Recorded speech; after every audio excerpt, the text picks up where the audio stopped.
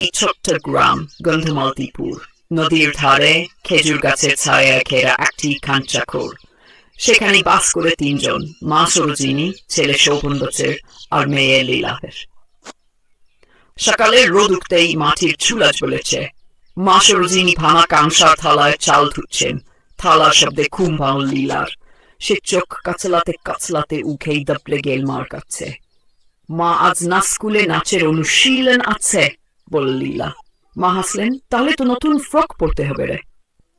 ওদিকে শোভনও উঠেছে, তাড়াহুড়ো করে গরু মাঠে নিয়ে যাওয়ার প্রস্তুতি নিচ্ছে। স্কালহালি সে ক্ষেতের পাশ দিয়ে গরু চড়াতে আয়।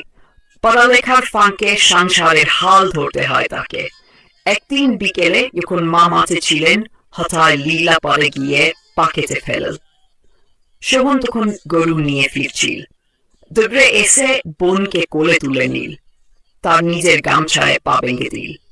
মা ফিরতেই শোভনের কাঁধে হাত রেখে বললেন, তুই তো একেবারে তোর বাবার মতো।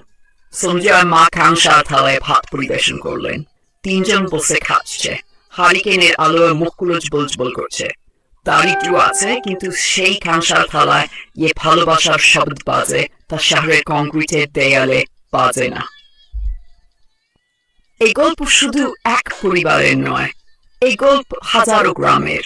এখানে ভালোবাসা, আত্মত্যাগ আর ছোট ছোট স্বপ্ন গাথা থাকে প্রতিটি থালায়।